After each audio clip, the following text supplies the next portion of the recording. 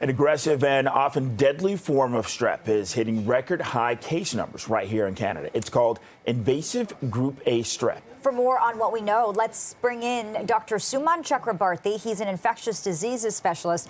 Dr. Chakrabarti, thanks so much for joining us. So this is prompting warnings from medical experts all over the country. And as an expert yourself, you've been tracking the numbers for months now. What should people know about this?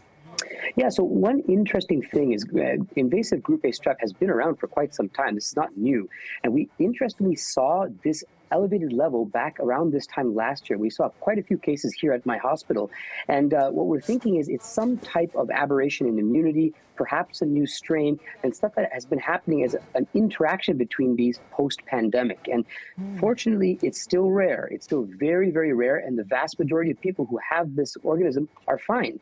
But yeah, it's something that we monitor. And unfortunately, there have been a number of deaths over the past few months that we're tracking quite closely.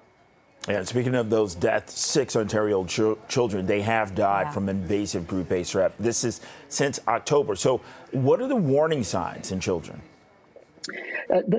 What's usually seen in children is high fever. Now, this is tough because we know, especially those of us who have kids, there's tons of fevers happening at this time of the year. And the warning signs are more the kid, it's more than just a fever. It's a prolonged fever going on for several days, oftentimes not eating, and most importantly, not drinking, and just looking very fatigued and sometimes becoming to the point where they're sleeping all day.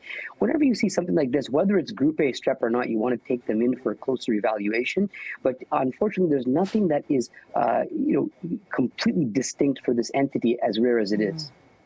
You talked about how the symptoms present in children, so let me ask about the rest of us. How do you know if this is something you have, and when do you know if it's time to go to the ER? I think that's a really important question.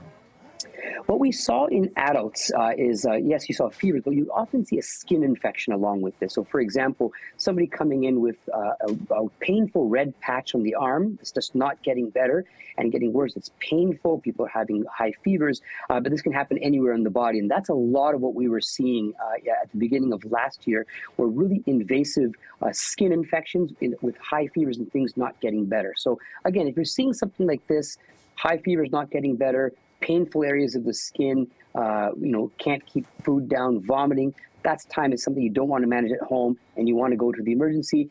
But again, just to reassure people, thankfully, this is quite rare when you look at the grand scheme of things. Okay, doctor, you just talked about all of those symptoms and when it's time to go to the ER. Is there any way to protect ourselves from invasive group A strep? So with this, the main thing, for example, is, washing your hands, before eating and things like that. One thing I often will say is, this is not talked about a lot. If you have a chronic skin condition, for example, eczema or psoriasis, make sure that's under very good control. These types of things. And the other thing, I just put in a plug for the immune system. Most of us have this bug as living as part of your normal flora.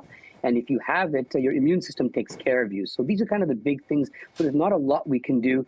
But I know I sound like a broken record. It's rare, thankfully. So we don't see this quite as often because the immune system can deal with the most cases. Yeah, it's easy to get nervous about these things. So it is helpful to hear you say, as an infectious diseases expert, that it is rare. Dr. Sumon Chakrabarti, thanks so much for your perspective. Yeah, thank you. Take care.